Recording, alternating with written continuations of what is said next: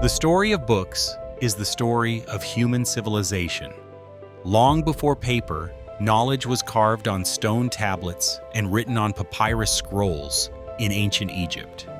These scrolls carried history, science, and culture through generations.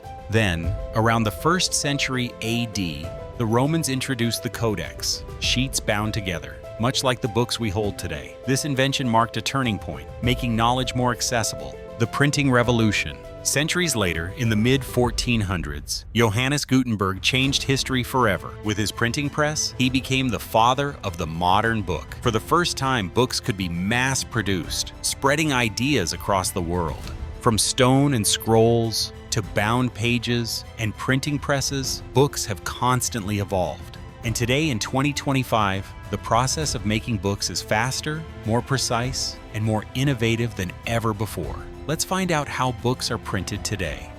It all begins with blank sheets of paper. In just a few hours, these will transform into a finished book.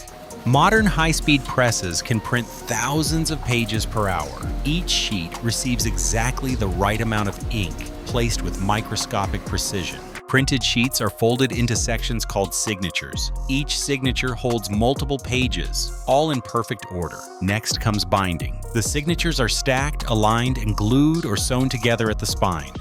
This step decides how long your book will last. At the same time, covers are created separately. Printed on heavier stock, they often feature special finishes, glossy coating, embossing, or foil stamping. Pages and covers meet here. Adhesive is applied. The book block is pressed into the cover and then trimmed to create clean, uniform edges. Every book is inspected for defects. Only those meeting the highest quality standards are sent to stores.